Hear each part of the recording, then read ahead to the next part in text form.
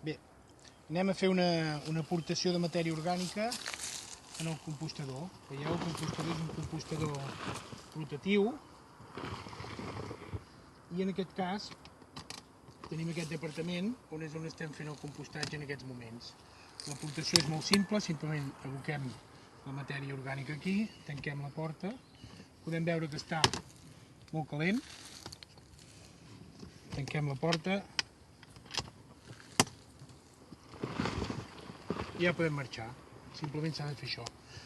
El que sí que podem veure és que amb l'altre departament està fent el procés de la maduració.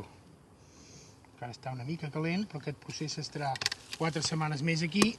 Quan acabem d'omplir aquest, agafarem aquest i el buidarem. Com el buidarem? Deixem aquesta tapa oberta, que hi ha un imant, posem el carretó dins i simplement fent aquest moviment quedarà el carretó ple i el compostador buit.